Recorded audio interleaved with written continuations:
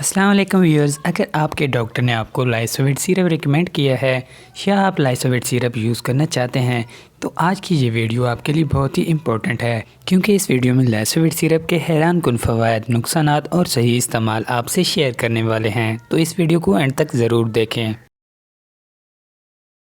लाइसोविट syrup LCI pharma का बनाया गया एक ऐसा सिरप है जो कि एक मल्टीविटामिन और मिनरल सिरप है। इसके मेन फार्मूलेशन में शामिल है vitamin B complex, vitamin C और लाइसिन।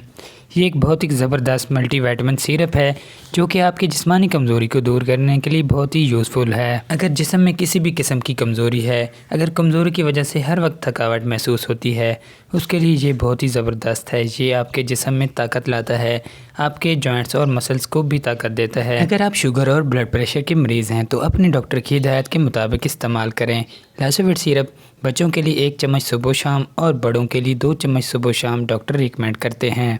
लाइसोविट सिरप आपको आसानी के साथ मिल जाएगा किसी भी फार्मेसी या मेडिकल स्टोर से। तो वीडियो पसंद आई हो तो वीडियो को लाइक और चैनल को सब्सक्राइब करें इस तरह की और वीडियोस देखने के लिए।